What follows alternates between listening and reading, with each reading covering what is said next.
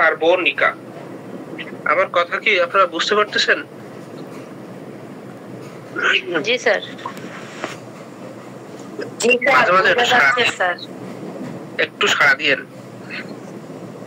কারণ এখন অনেকগুলো স্যারেরা ক্লাস করেন, অনেক সুন্দর সুন্দর সুন্দর ক্লাস করেন, কিন্তু সেই সময় আমার ক্লাস কতটা শ্রুতি মধুর না হইতে পারে। যদি সমস্যা হয় আমার একটু শোনা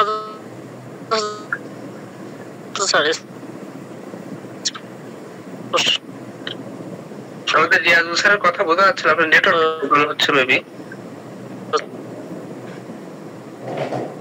স্যার আপনার কথা আমরা বুঝতে পারতেছি না, বনানী কিছু বলবেন? হ্যাঁ বলছি, আমার না প্রচন্ড সর্দি লেগেছে, হ্যাঁ মাথায় এত যন্ত্রণা হচ্ছে, থাকতে পারছি না। আমি ব্রায়োনিয়াটা খেয়েছিলাম, কোনো কাজ হচ্ছে না। একটু যদি বলতেন মানে কি খেতে পারি এখন। আপনি হিপার খান, হিপার খান, হিপার স্যার, হিপার খান, হিপার খাবেন। আচ্ছা, thank you sir, thank you. Okay, তো দেখো আমরা অপ্রাসঙ্গিক আর কোনো কিছু না চাই। তো কার্ব জাতীয় মেডিসিনের কথা বলছিলাম। ক্যালকেরিয়া গ্রুপের মেডিসিন সম্পর্কে একটা কথা বলেছি, এই কথাটা মাথায় রাখবেন আপনি। কার্ব জাতীয় যত মেডিসিন আছে, প্রত্যেকটা কার্ব জাতীয় মেডিসিনের রোগীরা শীতকাতর হয়ে থাকে, এবং কার্ব জাতীয় যত মেডিসিন আছে এই মেডিসিনের রোগীরা অধিক পরিমাণে ঘাম প্রবণ, শীতল ঘাম প্রবণ, অধিক পরিমাণে মোটা থলথলে এবং অধিক পরিমাণে ভীতু, এছাড়াও অধিক পরিমাণে এরা অলস টাইপের হয়ে থাকে কার্ব জাতীয় মেডিসিনের। সুতরাং এখানে দেখেন ক্যালকেরিয়া কার্ব অর্থাৎ মোটাতে মোটা, সোনায় সোহাগা, অর্থাৎ ক্যালকেরিয়া গ্রুপের যত মেডিসিন আছে বলেছি সবগুলো প্রায় মোটা টাইপের, কার্ব গ্রুপের যত মেডিসিন আছে সবগুলো মোটা টাইপের। আবার বলেছে ক্যালকেরিয়া গ্রুপের যে সকল মেডিসিন আছে সেগুলো সবগুলো ভিতরে মানে ইনসিকিউরিটি, এই জিনিসটা কিন্তু ফিল করে খুব বেশি, মাইন্ডের ভিতরে ইনসিকিউরিটি এবং ভীতু টাইপের রোগীগুলো। ঠিক কার্ব জাতীয় মেডিসিনের রোগীদের কিন্তু সেম কথা, অর্থাৎ ক্যালকেরিয়া কার্ব এই ওষুধটা সম্পর্কে আলোচনা করতে গেলে আমাদের সামান্য যে কথাগুলো আমি বলেছি এই কথাগুলো মাথায় রাখতে হবে। তো যাই হোক, এই যে ক্যালকেরিয়া কার্ব মেডিসিনটার যে উৎসটা কোথা থেকে আসলো, খনিজ। কেমন খনিজ?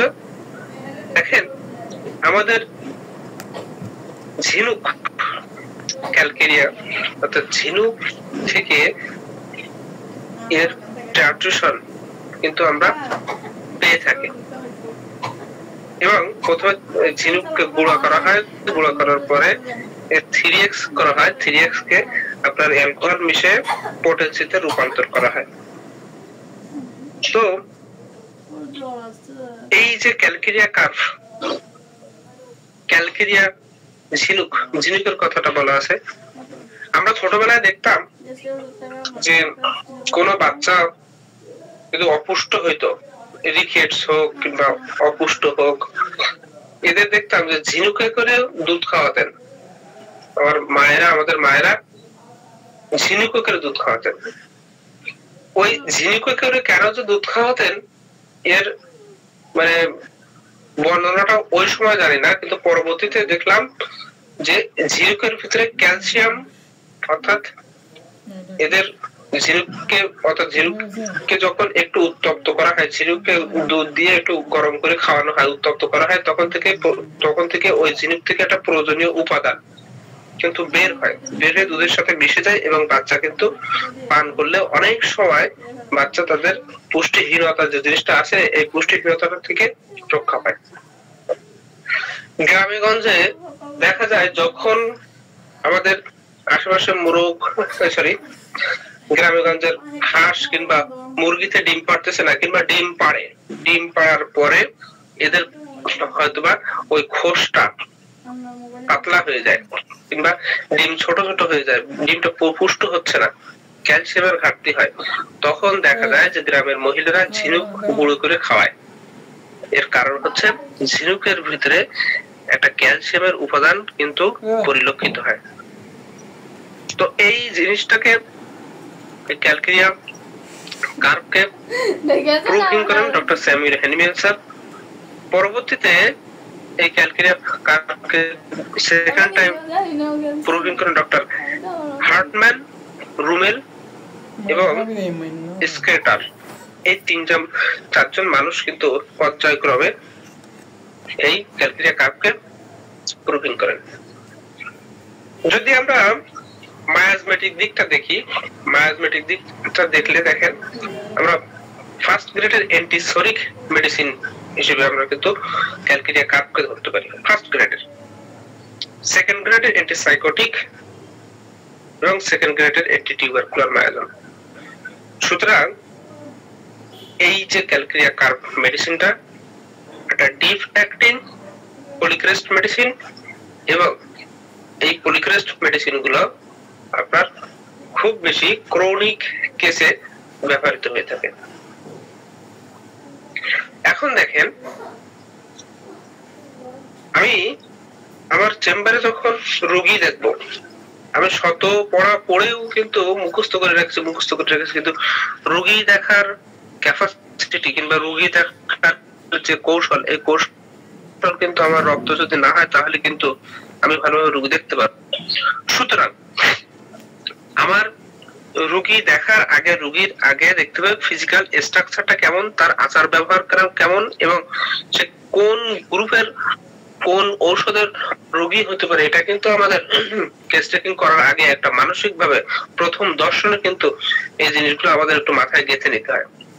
সুতরাং এখানে দেখেন ক্যালকেরিয়া কার্ভকে আমি চিনবো কিভাবে, ক্যালকেরিয়া কার্ভের রোগীকে আমি চিনবো কিভাবে এক নজরে। দেখেন রোগী যদি সর্বপ্রথমেই আপনার চেম্বারে আসলো, সে একটা রোগী আসলো আপনার চেম্বারে, তো আসার পরে আপনি দেখলেন যে নাদুস নুদুস থলথলে চেহারা, একদম মাথাটা আছে, মাথার তুলনায় পেটটা খুব মোটা গোপাল ভাট টাইপের, এই বাচ্চাটা আপনার চেম্বারে আসছে, কিংবা একটা রোগী আপনার চেম্বারে আসে। এবং খেয়াল করবেন যখন আপনার চেম্বারে ঢুকতেছে ওই ব্যক্তিটা, তখন কিন্তু এই ব্যক্তি, আমরা যদি কোনো ক্যালকেরিয়া ফসের রোগী দেখি তাহলে কিন্তু খুব ফাস্টলি সে ঢুকে যাবে। নাক্সের রোগী, সালফারের রোগী কিংবা ল্যাকেসিসের রোগী, এরা খুব দ্রুততার সাথে কিন্তু চেম্বারে ঢুকে যাবে এবং চেম্বারের যে চেয়ার আছে রোগীর চেয়ার, এই চেয়ারে বসে যাবে। কিন্তু এই যে ক্যালকেরিয়া কার্ভের রোগী আপনার চেম্বারের যে দরজা আছে ওই দরজাতে আস্তে আস্তে জুতাটা খুলবে, জুতাটা খুলে আস্তে আস্তে আস্তে আস্তে আপনার সামনে আসবে। আপনি যখন ওর দিকে তাকাবেন দেখলেন যে একটা মোটা থলথলে, মাথাটা ছোট, পেটটা মোটা একটা অবয়বের এমন একটা রোগী, সেটা হইতে পারে বড় কিংবা ছোট, এই ধরনের রোগী আসছে আপনার চেম্বারে।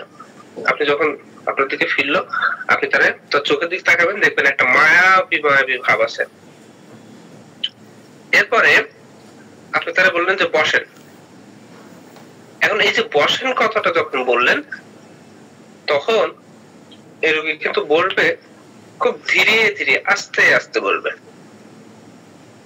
এবং বসার পরে সে কিন্তু নীরব ভাবে বসে থাকবে, কিংবা আপনার সাথে কিন্তু খুব বেশি কথাও বলবে না ক্যালকেরিয়া কার্ভ।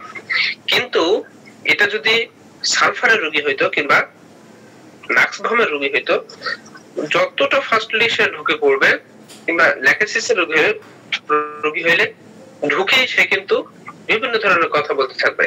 হ্যাঁ ডাক্তার বসবো, বসলেন।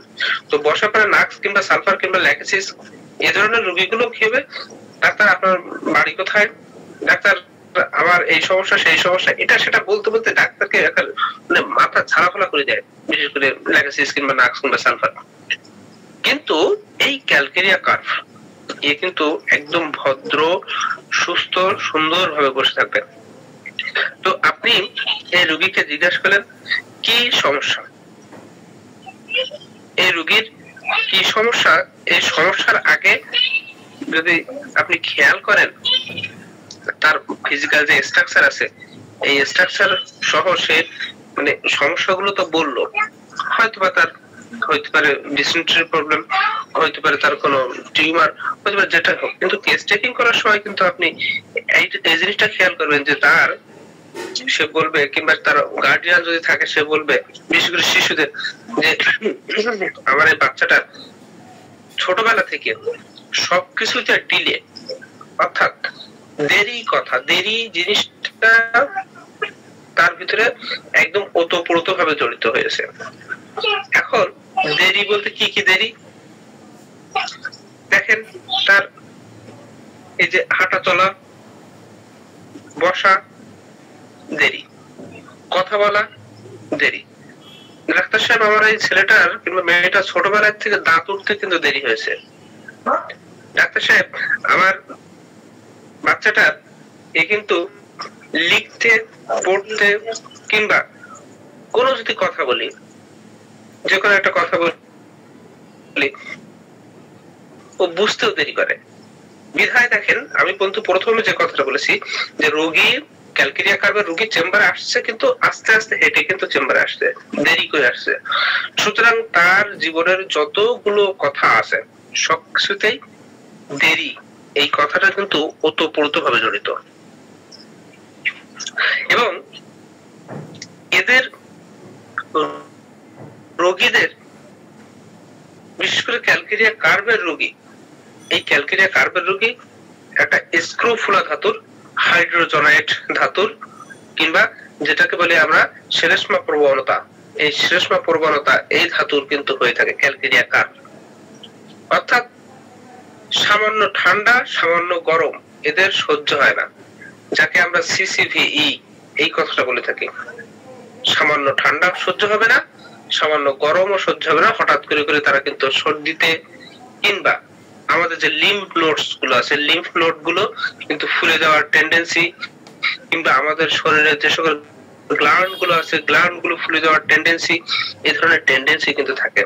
তাহলে দেখেন, আমরা আস্তে আস্তে আসছি যে একটা রোগীকে যদি দেখি যে তার সবকিছুতে ডিলে আছে, তাদের বারে বারে সর্দি লাগার প্রবণতা আছে, এবং তাদের কথাবার্তা কিংবা তাদের চলাফেরা এবং মনের দিক থেকে তাদের ভিতরে ভীরুতা আছে, তাহলে কিন্তু ক্যালকেরিয়া কার্ভকে আমরা সিলেক্ট করতে 100 ভাগের ভিতরে 40 ভাগ আগায় গেছি। এর পরবর্তী ধাপটা দেখেন, যদি এই রোগীকে জিজ্ঞাসা করা হয় যে তোমার কি ডিম খাওয়ার ইচ্ছা আছে, সে কিন্তু বলবে যে আমি প্রচুর পরিমাণে ডিম খেতে পারি। এবং রোগীর মা থাকে যদি বাচ্চার ক্ষেত্রে, বলবো যে প্রত্যেকদিন তার ডিম দিতেই হয়, কিন্তু এই দুধ দিলে তার সহ্য হয় না। ডিম খাওয়ার ইচ্ছা, বাট দুধ খাইলে সহ্য হয় না। এছাড়াও আমার বাচ্চাটার কিংবা আমার এই রোগীটার প্রচুর পরিমাণে ঘাম আছে, বিশেষ করে মাথাটা বেশি ঘামে, এবং ঘুমানোর সময় মাথার যে ঘাম, এই ঘামে কিন্তু এর বালিশটা ভিজে যায়। এই কথাটা যদি চলে আসে, তাহলে কিন্তু ক্যালকেরিয়া কার্ভকে আমরা চিন্তা করতে পারি। বিশেষ করে দেখেন, ঘাম মানে এই কথাটা যদি খেয়াল করি, ক্যালকেরিয়া কার্ভের ক্ষেত্রে দেখেন একটু পরিশ্রম করতে পারে না। ক্যালকেরিয়া কার্ভের রোগীদের ঘামে কিন্তু সামান্যতম পরিশ্রম করতে পারে না। একটু পরিশ্রম করলেই কিন্তু, একটু হাঁটাচলা করলেই কিন্তু ঘামে আর হাঁপায়, হাঁপাতে থাকে রোগী। বিশেষ করে দেখেন, বলেছি যে আমরা মাথা বেশি ঘামে, মাথাটা বেশি ঘামে, বিশেষ করে রাত্রের দিকে। এখন মাথা ঘামে, এটা কিন্তু সাইলেসিয়ার ভিতরেও কিন্তু আছে, মাথা ঘামে। তবে এই মাথা ঘামে সাইলেসিয়ার ভিতরে আছে, এবং সাইলেসিয়ার যেটা হচ্ছে যে মাথার ঘামে পুরো বালিশ ভিজে যায়, এবং ঘামের টক টক গন্ধ ক্যালকেরিয়া কার্ভ সাইলেসিয়া দুইটাতে আছে। কিন্তু সাইলেসিয়া রোগী কিন্তু মোটা থলথলে হয় না, রোগা পাতলা হয়। যদিও সাইলেসিয়া রোগী আপনার শীতকাতর, ক্যালকেরিয়া রোগী শীতকাতর, কিন্তু সাইলেসিয়া রোগী এবং ক্যালকেরিয়া কার্ভের রোগীদের ভিতরে যে জিনিসটা হয়, মাইল্ড সিমটমস, ক্যালকেরিয়া কার্ভ কিন্তু বেশি ভীতু। সাইলেসিয়া ভীতু, কিন্তু প্রথম দিক থেকে ভীতু, পরবর্তীতে ভীতু থাকে না, কিন্তু ক্যালকেরিয়া কার্ভ বরাবরই ভীতু থাকে। এবারে আসি, দেখেন যদি এই রোগীকে জিজ্ঞাসা করা হয় যে এর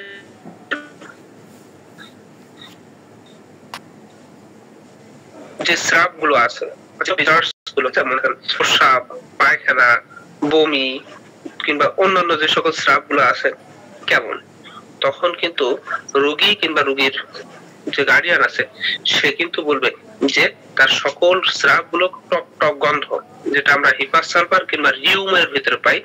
বিশেষ করে যখন কোনো ডায়রিয়া প্রবণ রোগী থাকে কিংবা ডিসেন্ট্রি এই ধরনের রোগী থাকে, রোগীদের কিন্তু শরীরে টক টক গন্ধ থেকে যায়। রিউমের রোগীদের ভিতরে শরীরে মানে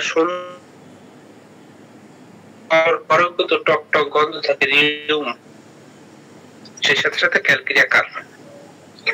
এবারে যদি আমরা তারে জিজ্ঞাসা করি যে তার প্রবৃত্তিটা কি, অর্থাৎ তার যে মাইন্ড সিম্পটম, তার মায়ের কাছে জিজ্ঞাসা করি কিংবা তার কাছে যদি জিজ্ঞাসা করি যে আপনার মাইন্ড অর্থাৎ আপনার মনটা কেমন, আপনি কি খুব সাহসী নাকি ভীতু, সে কিন্তু খুব নিম্ন স্বরে অর্থাৎ খুব আস্তে আস্তে ধীরে ধীরে বলবে যে ডাক্তার সাহেব আমার না সবকিছুতে ভয় লাগে, আমি ভয় পাই, আমি এত ভয় পাই যে সন্ধ্যাকালীন সময়েও একা ঘরের ভেতরে থাকতে পারি না, আমি ভয় পাই যে এই ভয়ের জন্য অনেক সময় আমার মানে নতুন নতুন জায়গাতে ভালো ভালো কাজ হওয়ার পরও সেই কাজটা আমি সম্পন্ন করতে পারতেছি না, আমার ভয় লাগে, টোটালি অন্ধকারে থাকতে পারি না, রাত্রিকালীন সময়ে আমি যদি বাথরুমে যাই তাহলে আমার সাথে হয় আমার একজন সঙ্গী থাকতে হবে, নইলে হয়তো ঘরের থেকে চিৎকার দিতে হবে যে তুই বাথরুমে গেছিস কিনা গেছিস। এ ধরনের ভয় আশঙ্কা জিনিসটা কিন্তু খুব বেশি পরিমাণে ক্যালকেরিয়া কার্ভের ভিতরে পাওয়া যায়। ক্যালকেরিয়া কার্ভের ভিতরে আরো কয়েকটা জিনিস আমরা পাবো, বিশেষ করে এই ধরনের রোগীদের ক্ষেত্রে। রোগীর কাছে যদি জিজ্ঞাসা করেন যে আপনার ধর্মকর্ম কেমন পছন্দ করেন, সে কিন্তু ধর্মের প্রতি অর্থাৎ ভয় আছে, তো যে সকল রোগীদের ভিতরে মনের ভিতরে ভয় আছে এই সকল মানুষরা কিন্তু অধিক করে ধর্মের প্রতি আগ্রহী হয়ে থাকে। কিন্তু মনে রাখবেন যে সকল ওষুধের রোগীরা ফুর্তিবাজ, সেটা হইতে পারে প্লাটিনা, সেটা হইতে পারে অ্যাসিড গ্রুপের যে সকল রোগীরা আছে, সেটা হইতে পারে আপনার নাক্সের রোগী, কিংবা যদি হয় লাইকোপোডিয়ামের রোগী, সালফারের রোগী, কিংবা স্ট্রামোনিয়ামের রোগী, হাইসিয়ামাসের রোগী, এরা সব হচ্ছে ফুর্তিবাজ।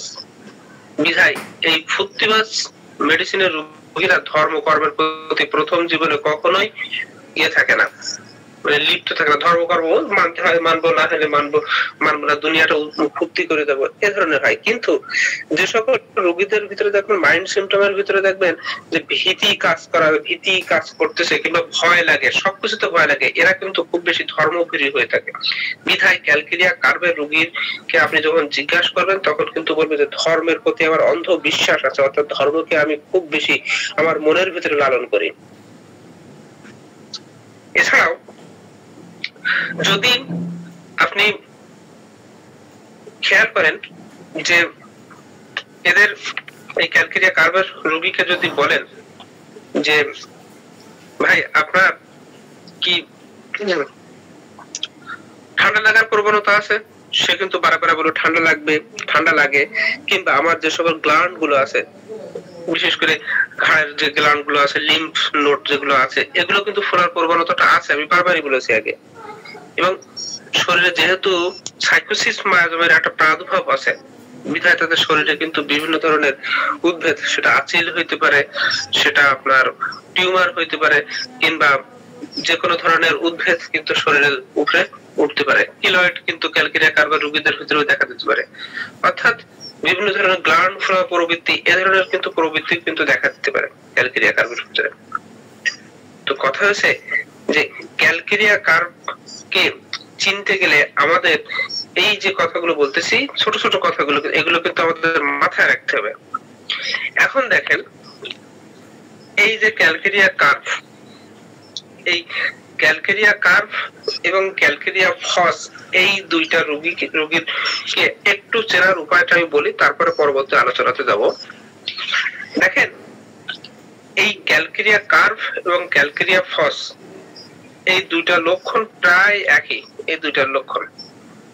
কিন্তু এখানে ক্যালকেরিয়া কার্ভ এবং ক্যালকেরিয়া ফসের রোগীদের আমরা দেখি যে দুইটার ভিতরে ক্যালসিয়ামের ঘাটতি থাকে। ক্যালসিয়ামের ঘাটতি ক্যালকেরিয়া ফস এবং ক্যালকেরিয়া কার্ভ এই দুটোর ভিতরে কিন্তু থাকে। কিন্তু এই ক্যালকেরিয়া ফসের রোগীরা কেমন হবে? ক্যালকেরিয়া ফসের রোগীরা হবে রোগা পাতলা, হ্যাংলা, লম্বাটে, কারণ ফসফরাসের ক্যালকেরিয়া এবং ফসফরাস দুটোর সম্মিশ্রণ বিধায় এরা হ্যাংলা পাতলা, রোগা পটকা এবং এরা স্ক্রোফুলা ধাতুর এবং এরা যক্ষা জনিত রোগে ভোগে। অর্থাৎ টিউবারকুলোসিস মায়াজমটা এদের ভিতরে খুব বেশি কাজ করে, টিউবারকুলোসিস মায়াজম বিধায় ক্যালকেরিয়া ফস এই রোগীদের ভিতরে দেখবেন টিউবারকুলোসিস মায়াজমের কথা হচ্ছে যে সবসময় শুকায় দেয়া, সবসময় ক্ষয় করা। তো এই ক্ষয় করার যে প্রবণতা, এই প্রবণতাটা ক্যালকেরিয়া ফসের ভিতরে পাওয়া যায়। তাহলে ক্যালকেরিয়া ফস কি আসছে দেখেন, ক্যালকেরিয়া ফস এবং ক্যালকেরিয়া কার্ভ দুইটা মেডিসিনের শীতকাতর।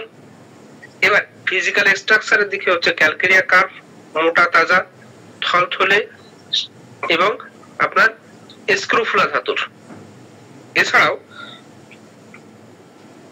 এই যে ক্যালকেরিয়া ফস তাহলে কি হচ্ছে, ওদিকে ক্যালকেরিয়া কার্ভ মোটা তাজা হচ্ছে, থলথলে হচ্ছে স্ক্রোফুলা ধাতুর ক্যালকেরিয়া কার্ভ, আর ক্যালকেরিয়া ফস হচ্ছে হ্যাংলা পাতলা, লম্বাটে, স্ক্রোফুলা ধাতুর।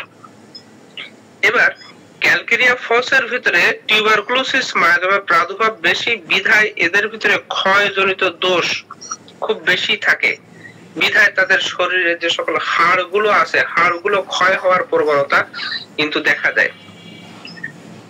ক্যালকেরিয়া ফস রোগা পাতলা, ক্ষয় দোষ আছে বিধায় এদের ভিতরে ব্রনকাইটিস, এদের ভিতরে আপনার যে যক্ষা, এদের ভিতরে হাঁপানি, শ্বাসকষ্ট এই ধরনের রোগ কিন্তু দেখা দেয়। আর ক্যালকেরিয়া কার্ভের ভিতরে আপনার প্রথম গ্রেডে শরিক মায়াজমকে বেশি বেশি নির্দেশ করে বিধায় এদের রোগগুলো চর্মের উপরে বেশি প্রাধান্য বিস্তার করে। যদিও টিউবারকুলোসিস মায়াজম এবং সাইকোটিক মায়াজম আছে, তারপরেও ক্যালকেরিয়া ফসের মতো অত বেশি গভীরে চলে যায় না ক্যালকেরিয়া কার্ভ। এবার ক্যালকেরিয়া কার্ভের রোগীর ভিতরে দেখবেন যে অধিক পরিমাণে ডিম খাওয়ার প্রবণতা আছে, ডিম পছন্দ করে, কিন্তু গোশত জাতীয় মাংস জাতীয় জিনিস কিন্তু একদম অপছন্দ করে। যেখানে ডিম খাওয়ার প্রবণতা খুব বেশি আছে, মাংস খাওয়ার প্রবণতা কম আছে, সেখানে ক্যালকেরিয়া কার্ভ। অপরপক্ষে ক্যালকেরিয়া ফস এই জিনিসটা এরা কিন্তু মাংস খেতে বেশি পছন্দ করে। ক্যালকেরিয়া ফস মাংস খেতে খুব বেশি পছন্দ করে, ডিমের প্রতি অতটা তার চাহিদা নেই। তাহলে এখানে সামান্য কথাই কিন্তু আমরা বিভেদ করে নিচ্ছি। ক্যালকেরিয়া কার্ভের রোগী যেহেতু ভীতু টাইপের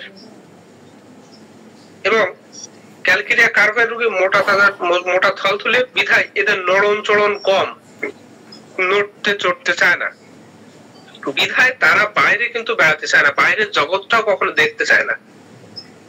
টোটাল বাইরের জগৎটা, সেটা তার যদি বাইরে চাকরি হয়, তার যদি ভালো ভার্সিটিতে চান্স হয়, তার যদি মনে করেন যে ভালো জায়গায় একটা মানে কি বলা যায় ভালো পরিবেশে রাখবে এরকম অবস্থা চলে আসে, তারপরেও কিন্তু ক্যালকেরিয়া কার্ভ বাইরের জগৎটাকে দেখতে চায় না, একদম খোলসের ভিতরে থাকতে চায়।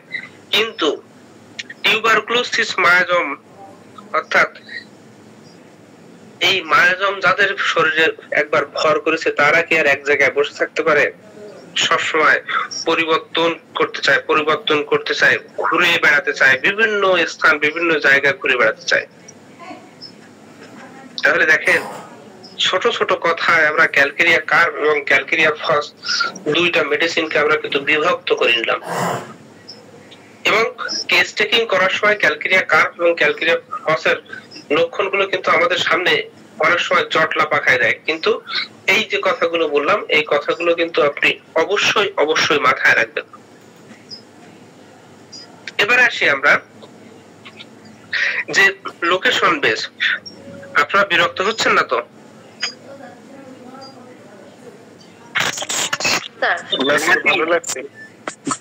ভালো লাগতেছে ক্লাসটা আজকে। ধন্যবাদ স্যার। আপনারা বিরক্ত হলে আমার নক দিবেন, আমি শেষ করে দিব। 1 ঘন্টা ক্লাস, তারপরেও চেষ্টা করবো। এখন অনেকগুলো কথা। ভালো লাগতেছে ক্লাসটা। আপনি 1 ঘন্টা 2.5 ঘন্টা করতে পারেন, 2 ঘন্টা করেন, সমস্যা নেই।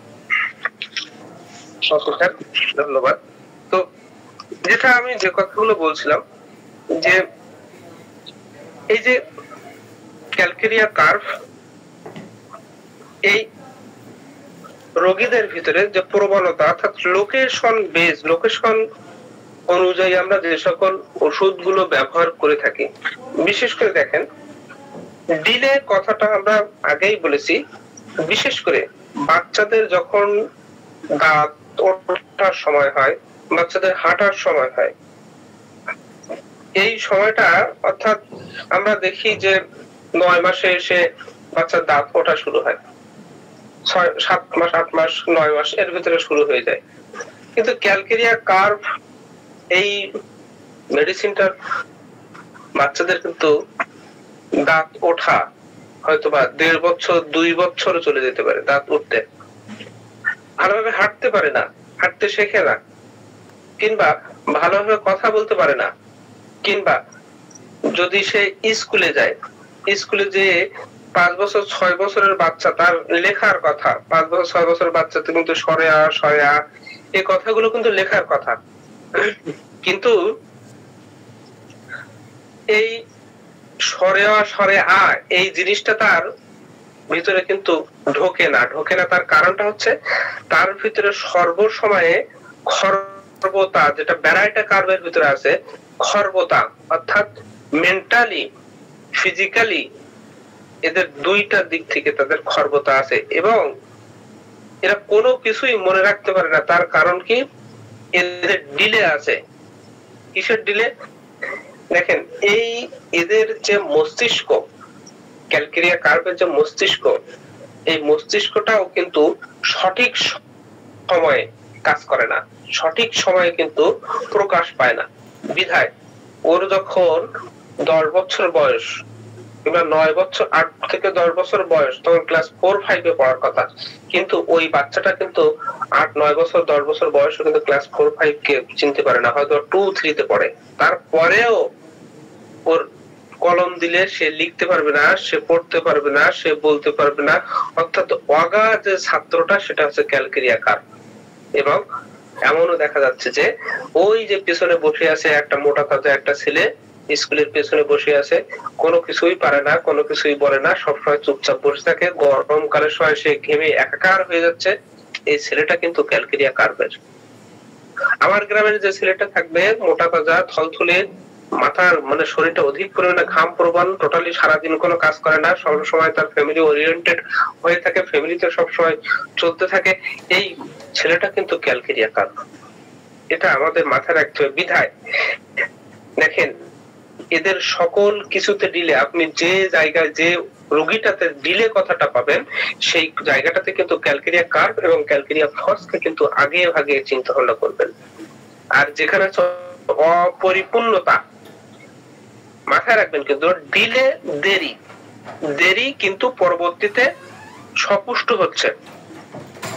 হয়তোবা 5 বছর বয়সে এই ছেলেটার দৌড়ানোর কথা, অধিক পরিমাণে চালাক চতুর হওয়ার কথা, কিংবা ভালো ক্লাসে পড়ার কথা, কিন্তু ডিলে হয়েছে, দেরি হয়েছে।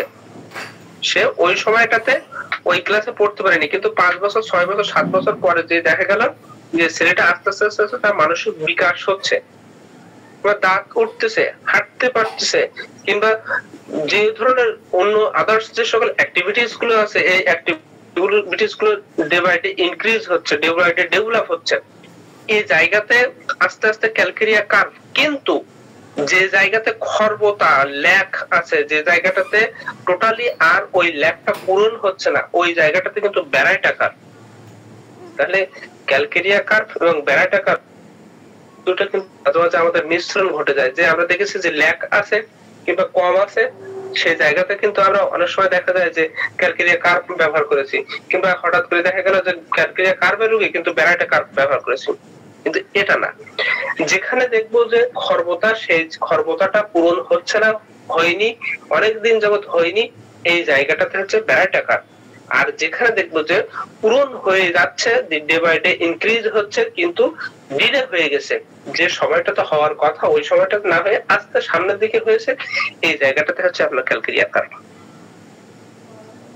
যেমন দেখেন এই ক্যালকেরিয়া কার্ভ রোগীদের ভিতরে কিন্তু বিশেষ করে মেয়েদের ক্ষেত্রে, বসো ভাই, যে বসো, আমার মেয়ে আজকে অসুস্থ, ওর পক্স বের হয়েছে, তারপর সারাদিন ঘুমাতে পারেনি, সারাদিন রুমের ভিতরে ছিল, তারপর আমার পাশে চলে আসছে ক্লাস শুনবে, তাই দোয়া করেন আমার মেয়ের জন্য, ওর পক্স বের হয়েছে গতকাল পরশুদিন।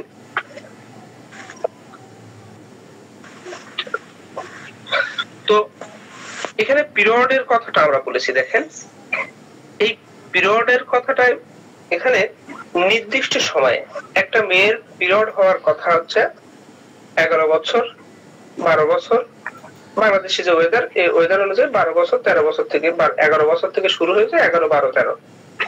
কিন্তু এই ক্যালকেরিয়া কার্ভের পাশে যে কথাটা বলা আছে যে ডিলে হয়ে যাচ্ছে, অর্থাৎ নির্দিষ্ট সময় যেটা আছে 11 বছর 12 বছর সময় চলে গেছে, কিন্তু হচ্ছে না, পিরিয়ড হচ্ছে না, এক্ষেত্রে কিন্তু ক্যালকেরিয়া কার্ভ আসতে পারে। আবার এমনও হইতে পারে যে পিরিয়ড হয়েছে কিন্তু তার পিরিয়ডটা থামতেছে না, অধিক পরিমাণে পিরিয়ড হয়ে যাচ্ছে, এবং যে সময় পিরিয়ডটা হচ্ছে ওই সময় তার পা এবং পায়ের পাতা সহ হাত পা সব ঠান্ডা হয়ে যাচ্ছে, অধিক পরিমাণে ঘাম চলে আসছে, অধিক পরিমাণে শীত চলে আসছে,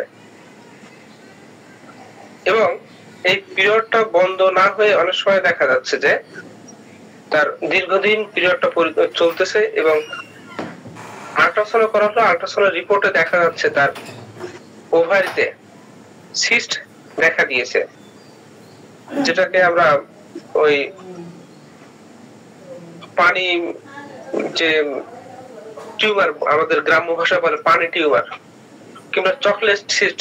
চকলেট সিস্টে খুব বেশি ক্যালকেরিয়া কার্ভ আসে না, কিন্তু আদার সিস্ট গুলো যেগুলো আছে এগুলোর ক্ষেত্রে কিন্তু ক্যালকেরিয়া কার্ভ আসতে পারে। বিধায় দেরি হয়ে যাচ্ছে, মাসিক সারতেছে না, এই জায়গাগুলোতেও কিন্তু ক্যালকেরিয়া কার্ভ। দেখেন এই যে মোটা থলথলে একটা মেয়ে,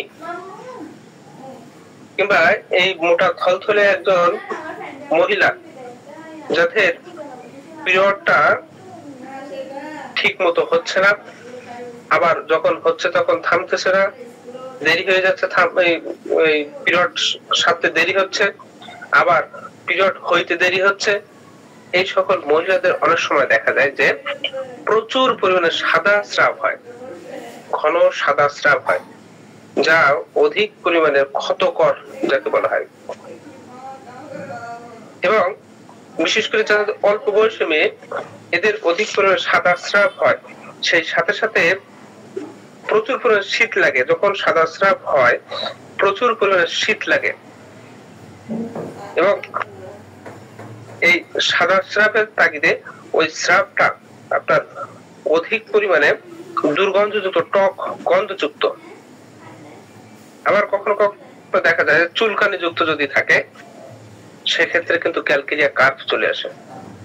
দেখেন সাদা স্রাবের ক্ষেত্রে, বিশেষ করে বাচ্চাদের কোলের মহিলাদের সাদা স্রাবের ক্ষেত্রে ক্যালকেরিয়া কার্ভ ছাড়াও অনেকগুলো মেডিসিন কিন্তু আমরা পাই।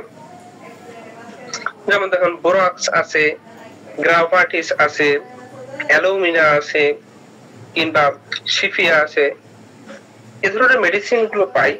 তো প্রত্যেকটা মেডিসিনের যে লক্ষণগুলো আছে, যেমন বোরাক্সের ডিমের মতো লালা যুক্ত হড়হড়ে, এবং এদের মাসিক স্রাবের আগে পরে বেশি হয় বোরাক্সের ক্ষেত্রে। শিফিয়ার ক্ষেত্রে আমরা যেটা দেখে থাকি যে শিফিয়া রোগীদের অধিক পরিমাণে মানে চুলকানি যুক্ত মাসিক স্রাব, আপনার ধাতু স্রাব হয়ে থাকে, চুলকানি যুক্ত, এবং তাদের আপনার ওভারিয়ান যে প্রবলেম গুলো কিংবা হচ্ছে তার ফেলভিয়ান টিউব সহ সকল ধরনের গায়ে যে সকল প্রবলেম গুলো আছে, সকল প্রবলেম গুলো সে ফেস করে। তবে আমি এই সাদা স্রাবের ক্ষেত্রে বিশেষ করে দেখি যে কোন মহিলা যদি বলে যে আমার যখন সাদা স্রাব হয় এবং সাদা স্রাবটা অধিক যখন ভেঙে যায়, তখন আমি এই রোগীটাকে কিন্তু ইউপিয়ন মেডিসিনটা, অধিক পরিমাণে সাদা স্রাব ভাঙে সেই সাথে সাথে কোমরে ব্যথা, যেমন দেখেন সেক্স করার পরে যখন কোমরে ব্যথা হয় পুরুষদের, তখন আমরা কোবাল্টমেট দিই, কিন্তু যখন সাদা স্রাব সহ কোমরে ব্যথা, ওই সময়টাতে কিন্তু আমরা ইউপিয়ম, এই ইউপিয়ন মেডিসিনটা কিন্তু আমরা ব্যবহার করে থাকি। দেখেন কনস্টিটিউশন সহ যখন কোমরে ব্যথা থাকে, তখন ম্যাক্সভম কিংবা ব্রায়োনিয়া মেডিসিনটা কিন্তু আমরা ব্যবহার করে থাকি। যখন দেখা যায় পাইলস সহ কোমরে ব্যথা থাকে, তখন কিন্তু আমরা এসকিউলাস হিপ মেডিসিনটা কিন্তু ব্যবহার করে থাকি। কিন্তু স্পেসিফিক যখন দেখবেন যে লিউকেরিয়া সহ কোমরে ব্যথা যখন কোনো মহিলা থাকবে, ওই সময়টাতে আমরা কিন্তু ইউপিয়ন মেডিসিনটা কিন্তু অবশ্যই মাথায় রাখতে পারি। আমি এই ক্যালকেরিয়া কার্ভের রোগীদের ভিতরে সবচেয়ে বেশি যে জিনিসটা পেয়ে থাকি সেটা হচ্ছে আপনার এই বাচ্চাদের ক্ষেত্রে। বাচ্চাদের ক্ষেত্রে আমি অনেকগুলো রোগী পেয়ে থাকি ক্যালকেরিয়া কার্ভের, যার বাচ্চাদের যে সকল লক্ষণগুলো আমি বললাম, সেই লক্ষণগুলো অবশ্যই আপনি একটু খেয়াল করেন। তবে বর্তমান যে মৌসুমটা যাচ্ছে, বর্তমান সিজনে কিন্তু ক্যালকেরিয়া কার্ভ কিংবা ক্যামোমিলা কিংবা আপনার পডোফাইলাম কিংবা অ্যালোসক্রেটিস কিংবা হচ্ছে আপনার অ্যালো আছে এই সময়টাতে, আরো কয়েকটা মেডিসিন, বিশেষ করে ওলিয়েন্ডার, এই মেডিসিন গুলো কিন্তু এই সিজনে বেশি ব্যবহার হচ্ছে। সেটা হচ্ছে আপনার বাচ্চাদের পেট ফাঁপার ক্ষেত্রে। তো ওই মেডিসিন সহ ক্যালকেরিয়া কার্ভকে কিন্তু খুব বেশি আমরা ব্যবহার করতেছি। যদি দেখা যাচ্ছে যে রোগী আসে অধিক পেট ফাঁপা, এই সময় এই সিজনটা কিন্তু খুব বেশি পেট ফাঁপতেছে বাচ্চাদের, এবং পেট ফাঁপা এবং এই রোগী তার বিশেষ করে বাচ্চারা তার মায়ের দুধ খাইতে পারে না। দুধ খাইলেই তাদের মানে গন্ধযুক্ত ছানা কাটা বমি হয়ে যাচ্ছে, এবং যে পায়খানাটা করতে যায় সেটা হচ্ছে ছানা কাটা এবং খুব বেশি টক গন্ধযুক্ত দুর্গন্ধ। এবং যখন দেখা যাচ্ছে যে এই বাচ্চাদের এই পেট ফাঁপা সহ যে পায়খানা হচ্ছে, বমি হচ্ছে, বমি সহ দেখা যায় যে তাদের হাতে হাত দিলে, পায়ে হাত দিলে, যখন হাত দিচ্ছি তখন দেখলে একদম ঠান্ডা হয়ে যাচ্ছে, তখন কিন্তু আমরা ক্যালকেরিয়া কার্ভকে কিন্তু খুব মানে সুন্দরভাবে এই রোগীকে ক্যালকেরিয়া কার্ভ ব্যবহার করতে দিতে পারি, এবং আশা করা যায় এই রোগীগুলো এই জায়গা থেকে তারা পরিত্রাণ পাবে। বিশেষ করে দেখেন বাচ্চাদের ক্ষেত্রে আমাদের বারবারই বলা আছে যে দাঁত ওঠার পূর্বে, দাঁত ওঠার আগে যদি দেখা যায় যে কোনো বাচ্চার তর্কা হয়েছে, দাঁত ওঠার আগে যদি দেখা যায় কোনো বাচ্চার উদরময় হয়েছে, দাঁত ওঠার আগে যদি দেখা যায় যে তাদের কোনো বাচ্চার খিঁচুনি হচ্ছে, জ্বর হচ্ছে, সেক্ষেত্রে কিন্তু লক্ষণ অনুযায়ী আমরা কিন্তু অবশ্যই ক্যালকেরিয়া কার্ভকে ব্যবহার করতে পারি।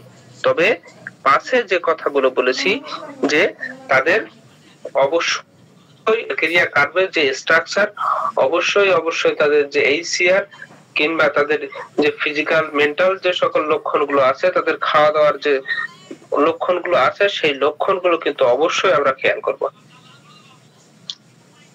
তবে দেখেন, এই ক্যালকেরিয়া কার্ভের রোগীদের ভিতরে আরো একটা জিনিস কিন্তু আমরা খেয়াল করে থাকি। ক্যালকেরিয়া কার্ভের রোগীদের কিন্তু হাড়, যে হাড়গুলো আছে, অর্থাৎ তাদের মাথার হাড় বলেন, শরীরের হাড় বলেন, এই হাড়গুলো কিন্তু সুপুষ্ট না। যদিও সে মোটা মানুষ, আমাদের গ্রামের মানুষ আছে বাচ্চা কাচ্চা মোটা না হলে কিন্তু ভালো লাগে, বাচ্চা কাচ্চা মোটা হইতে হয়, কিন্তু মোটা হইলে কি হয়, ক্যালকেরিয়া কার্ভের রোগী কিন্তু মোটা হয়, কিন্তু এর হাড়গুলো কিন্তু কচি টাইপের, চিকন টাইপের, নরম টাইপের হয়ে থাকে। এই যখন দেখবেন যে কোনো কচি টাইপের, নরম টাইপের হাড়গুলো সঠিকভাবে হচ্ছে না, জোড়া লাগে না, কিংবা হাড়গুলো মানে চিকন, অর্থাৎ শরীরে মাংস বেশি হাড় কম, এমন মনে হবে, এই সকল বাচ্চাদের, এই সকল মানুষদের ক্ষেত্রে কিন্তু আমরা ক্যালকেরিয়া কার্ভ ব্যবহার করব। তো যাই হোক, অনেকগুলো কথা বলার ছিল, কিন্তু এখনো বলা যাবে না, তার কারণ হচ্ছে এদিকে খাওয়ার জন্য ডাকাটাকি চলতেছে। তো আমি ক্যালকেরিয়া কার্ভের একটু হ্রাস বৃদ্ধিটা আপনাদের আলোচনা করব, আলোচনা করার পরে বাকি ক্যালকেরিয়া কার্ভের কিছু কথা বলে শেষ করব।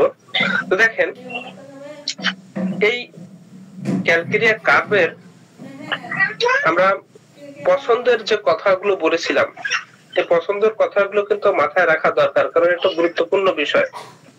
ডিম পছন্দ, লবণ পছন্দ, টক পছন্দ, মিষ্টি পছন্দ, এবং যেগুলো হচ্ছে মানে ঠিক মতো হজম হয় না, এ ধরনের খাবার, যেমন চক, মাটি কিংবা ঠান্ডা জাতীয় পানি, এই সকল জিনিসগুলো কিন্তু খুব বেশি পছন্দ। এবার অপছন্দ হচ্ছে কফি, মাংস, চর্বি জাতীয় খাদ্য, গরম খাদ্য, দুধ কিংবা আপনার তামাক জাতীয় খাদ্য। কারণ কি, এদের ভিতর ফুর্তি জিনিসটা নেই, বিধায় এরা তামাক জাতীয় জিনিস কিন্তু পছন্দ করে না, উগ্র জাতীয় জিনিস কিন্তু পছন্দ করে না, সবসময় নরম কোয়ালিটির জিনিস কিন্তু পছন্দ করে। এবার আমরা দেখি যে বৃদ্ধিটা কোথায়, কারণ এখানে হ্রাস বৃদ্ধিটা কিন্তু খুব বেশি করি। যেমন যদি কেউ এসে বলে আমার বাতের সমস্যা, ক্যালকেরিয়া কার্ভের রোগীদের কিন্তু খুব বেশি পরিমাণে গেটে বাতে আক্রান্ত হয়। যে কথাগুলো আমি শেষ করতে পারিনি, বলিনি, এরা কিন্তু খুব বেশি গেটে বাতে আক্রান্ত হয়। বিধায় দেখেন, এখানে হ্রাস বৃদ্ধিটা কিন্তু দেখা দরকার। ক্যালকেরিয়া কার্ভের রোগীর কিন্তু যে বৃদ্ধি, এই বৃদ্ধিটা কিন্তু সকালে বৃদ্ধি পায়, গোধূলি লগ্নে অর্থাৎ সন্ধ্যাকালীন সময়ে, রাত্রে কিংবা ঠান্ডা বাতাসে। যেহেতু ক্যালকেরিয়া কার্ভের রোগীদের ভিতরে সিসিভি ক্যাচেস কোল্ড ভেরি ইজিলি, এবং এদের ভিতরে যে জিনিসটা দেখা যায় যে হাইড্রোজেনেট ধাতুর, বিধায় এই সকল রোগীরা কিন্তু আপনার ঠান্ডা আবহাওয়া কিংবা পরিবর্তিত আবহাওয়া কখনো সহ্য করতে পারে না। এরা সিঁড়ি বেয়ে কিন্তু উপরে উঠতে পারে না, কারণ কি, সিঁড়ি বেয়ে উপরে উঠলে তারা ভয় পায়, যেটা আর্সেনিক কিংবা ব্রায়োনিয়া কিংবা ক্যালকেরিয়া গ্রুপের রোগীদের ভিতরে বেশি পাওয়া যায়। এছাড়াও দেখা যায় এই ক্যালকেরিয়া কার্ভ এদের রোগীরা কিন্তু আপনার ঢিলে ঢালা কোনো কাপড় পরতে পারে না। ঢিলে ঢালা কাপড় পরলেই কিন্তু এদের শ্বাসকষ্ট দেখা দেয়, কিংবা শ্বাসকষ্ট বা মেন্টাল এনজাইটি কিন্তু খুব বেশি পরিমাণে দেখা দেয়। এছাড়াও এই ক্যালকেরিয়া কার্ভের রোগীরা কিন্তু শারীরিক ভাবে, মানসিক ভাবে পরিশ্রম করতে পারে না। পরিশ্রম করলে তাদের রোগটা বৃদ্ধি হয়। এরা দুধ সহ্য করতে পারে না, বিধায় দুধ খাইলে কিন্তু এদের যে কোনো ধরনের রোগ বৃদ্ধি হয় কিংবা উদরাময় হয়। এদের ক্যালকেরিয়া কার্ভের রোগীদের পা কিন্তু ঝুলায় রাখতে পারে না। হঠাৎ করে হাসি লাগে, গরম লেগে গেছে আর কি।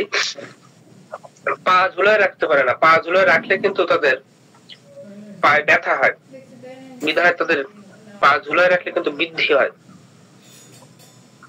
এছাড়া দেখেন অমাবস্যা পূর্ণিমায় এদের সকল রোগগুলো বাড়ে। এবার হ্রাসটা দেখা দেয়, কিভাবে হ্রাস পায়, কোন জিনিসটাতে হ্রাস পায়? এদের অন্ধকারে কিংবা চুল কাটলে, ঢিলা ঢালা কাপড় পরলে এরা কিন্তু ভালো অনুভব করে। এরপরে ব্যথাযুক্ত যে স্থানে, এই স্থানটাতে চেপে ধুলে তারা কিন্তু ভালো অনুভব করে, এবং শরীরে যে ব্যথাযুক্ত স্থান আছে ওই স্থানটাতে কিন্তু হাত বুলাই দিলে কিন্তু তারা খুব বেশি ভালো অনুভব করে। এছাড়াও এদের যে আক্রান্ত স্থান, এই স্থানটাতে যদি সুন্দরভাবে ঘষে দেওয়া যায়, মেসেজ করে দেওয়া যায়, তাহলে কিন্তু তারা খুব বেশি উপশম বোধ করে। এখন যে জিনিসটা দেখবো সেটা হচ্ছে ক্যালকেরিয়া কার্ভের যে স্বপ্ন, এরা খুব বেশি স্বপ্নবাজ, বিধায় এরা প্রেমের স্বপ্ন দেখে, এলোমেলো স্বপ্ন দেখে, মৃত ব্যক্তির স্বপ্ন দেখে, এবং মজার মজার স্বপ্ন দেখে, ভয়ঙ্কর অনেক সময় কাল্পনিক স্বপ্ন দেখে। এরা এই ধরনের স্বপ্ন দেখতে থাকে। এবং আপনাদের একটু মনে রাখতে হবে যে ক্যালকেরিয়া কার্ভ এই মেডিসিনটা সালফার কিংবা অ্যাসিড নাইট্রিকের আগে দেয়া যাবে না। সালফার কিংবা অ্যাসিড নাইট্রিকের আগে কখনোই ক্যালকেরিয়া কার্ভ দেয়া যাবে না। প্রথমে সালফার, তারপর ক্যালকেরিয়া কার্ভ, সর্বশেষে কিন্তু লাইকোপোডিয়াম ব্যবহৃত হয়ে থাকে, যাকে আমরা চেইন মেডিসিন বলি। আমাদের গতদিন ব্রাউনিয়া আলোচনা করেছিলাম। ব্রাউনিয়ার ক্রনিক যেমন কনস্টিপেশনের ক্ষেত্রে ব্রাউনিয়ার ক্রনিক যেমন হচ্ছে আপনার অ্যালোইনা, ঠিক তেমনি জ্বরের ক্ষেত্রে বেলেডোনার ক্রনিক কিন্তু ক্যালকেরিয়া কার্ভ। এই জিনিসগুলো আমাদের মনে রাখতে হবে। এবং প্রতিষেধক যে ওষুধ, প্রতিষেধক ওষুধ হচ্ছে acid nitric, camphor, China, ipecac, nux vomica, phosphorus, sepia, sulphur. তো যাই হোক, খুব অল্প পরিসরে, আমি বিস্তীর্ণ ভাবে না, অল্প পরিসরে ক্যালকেরিয়া কার্ভের যে চিত্রটা, এই চিত্রটা আপনাদের ভিতরে ফুটাই তোলার চেষ্টা করেছি। যদি এখান থেকে যদি কারো কোনো প্রশ্ন থাকে, অল্প ভাবে সংক্ষিপ্ত আকারে প্রশ্নটা করেন, প্রশ্ন উত্তর দেওয়ার পরে আমরা ক্লাস শেষ করবো ইনশাল্লাহ। তো সকলে ভালো থাকবেন, ক্লাসের ভিতরে ভুল ত্রুটি হলে অবশ্যই ক্ষমা করবেন। সকলকে আবারও ধন্যবাদ। আসসালামু আলাইকুম ওয়া রাহমাতুল্লাহ। ওয়ালাইকুম সালাম ওয়া রাহমাতুল্লাহ।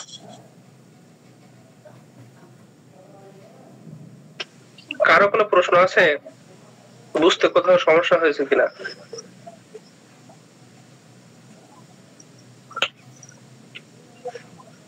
যাই হোক, আলহামদুলিল্লাহ, আমাদের সকল শ্রোতা যারা ছিল, আমার মনে হয় ক্যালকেরিয়া কার্ভ সম্পর্কে আপনারা বুঝতে পেরেছেন। আবারও ধন্যবাদ জানাচ্ছি আমার ক্লাসে এতক্ষণ সময় দেওয়ার জন্য। আমরা আগামী দিন আবার আমি জানাই দিব কবে ক্লাস হবে। হয়তো সোমবারের দিন ক্লাস নিতে পারি, রবি সোমবারের দিন ইনশাল্লাহ ক্লাস নিব। তো ঠিক আরো একটা মেডিসিন, গুরুত্বপূর্ণ একটা পলিক্রেস্ট মেডিসিন নিয়ে আসবো। তো সে পর্যন্ত সকলেই ভালো থাকবেন, আমার জন্য দোয়া করবেন। সকলকে রাত্রি শুভেচ্ছা রইল। ভালো থাকবেন, সুস্থ থাকবেন। আসসালামু আলাইকুম রহমতুল্লাহ।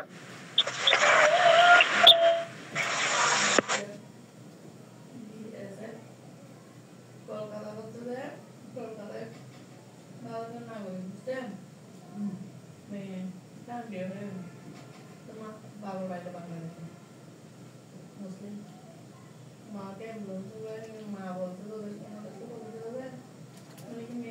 তো